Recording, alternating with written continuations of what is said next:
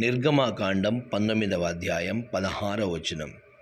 మూడవ నాడు ఉదయమైనప్పుడు ఆ పర్వతం మీద ఉరుములు, మెరుపులు, సాంద్రమేఘము, బూర యొక్క మహాధ్వనియు కలుగగా పాళములోని ప్రజలందరూ వణకిరి.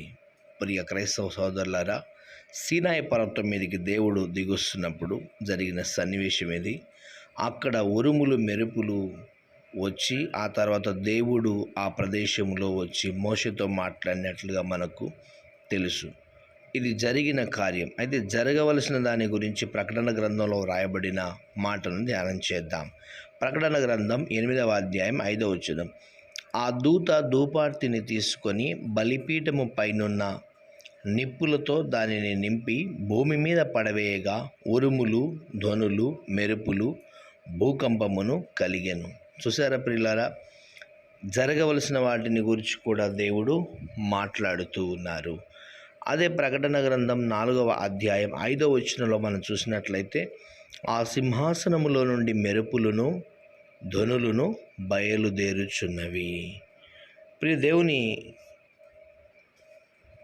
యందు విశ్వాసం కలిగి ఉన్న ప్రియ క్రైస్తవ సోదరులందరికీ మనవి చేస్తూ ఉన్నాను.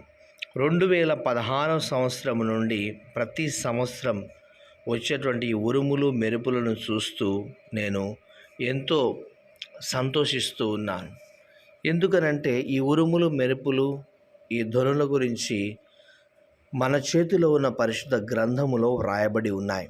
అయితే ఈ మే నెల 2023 సంవత్సరం చాలాసార్లు ఈ సంవత్సరం కూడా ఉరుములు, మెరుపులు వచ్చాయి. కానీ మే నెల 20వ తేదీ మధ్యాహ్నం 2 గంటల సమయం నుంచి 4 గంటల సమయం వరకు నిలువున తెల్లని మెరుపులు, ఒక 40-50 మెరుపులను నా కళ్ళారా చూశాను.